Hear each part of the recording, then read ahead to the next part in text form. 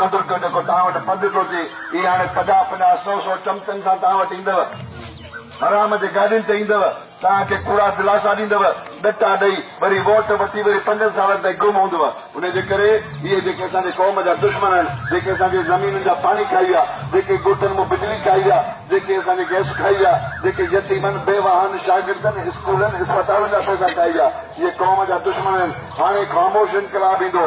हाणे हे जेको असां निकिरी पिया आहियूं, घर घर वेंदासीं, दर दर वेंदासीं ऐं हिननि खे बदतरीन शिकस्त ॾींदासीं। इहे वोटर बि ग़रीब आहिनि त उमेदवार बि ग़रीब हुजणु घुरिजे। उनजे करे ख़ुदा जे वास्ते हाणे महिरबानी करे वोट जो बहितरीन इस्तेमालु कयो। इहो तव्हांखे वोट अलाह ऐं रसूल जी अमानत आहे। उहो पाठारीदारनि जे लाइ न आहे, उहो चोरनि जे चोराइण बदिलाइण वारनि जे लाइ न आहे, उहे जेके ज़मीनुनि ते कब्ज़ा कनि उन जे लाइ न आहे।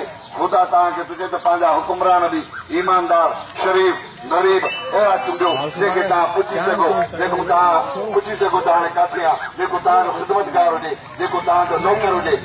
आङूठे ते चूंडियल असांजा नौकर असांजे मथां हुकुमरानी था कनि। जॾहिं वोट ॾींदा आहियो त आङूठो हणंदा आहियो, इन आङूठे सां इहे नौकर चूंडमा आहिनि।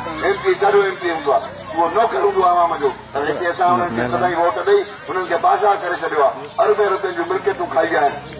असां ग़रीब खां ग़रीब थी विया आहियूं। उहो अरबे रुपया जेको आहे अरबे रुपया असांजा लुटे, उहे जेके अरबपति थी विया। हुनजे करे हाणे नौजवान अॻिते अचनि, हाणे हारी अॻिते अचनि, हाणे मज़दूर अॻिते अचनि। हिननि खे वोट न ॾियो, हाणे इनकलाब आणियो। हाणे असां ग़रीब जेके ग़रीब अरबाब मीरबर जो पुटु आहियां, जेको साइकिल ते मथे कपाईंदो, संदूर ते कपाईंदो, उन्हनि ग़रीबनि खे वोट ॾियो त इनकलाब आणियो जेको तव्हांजो ख़िदमत करे सघे। मां तव्हांजे नौकरनि वांगुरु गुज़ारींदुसि, ॾिसजो हिकिड़ो दफ़ो ग़रीबनि खे वोट ॾेई करे ॾिसो, हिकिड़ो दफ़ो ग़रीब खे खटाए करे ॾिसो।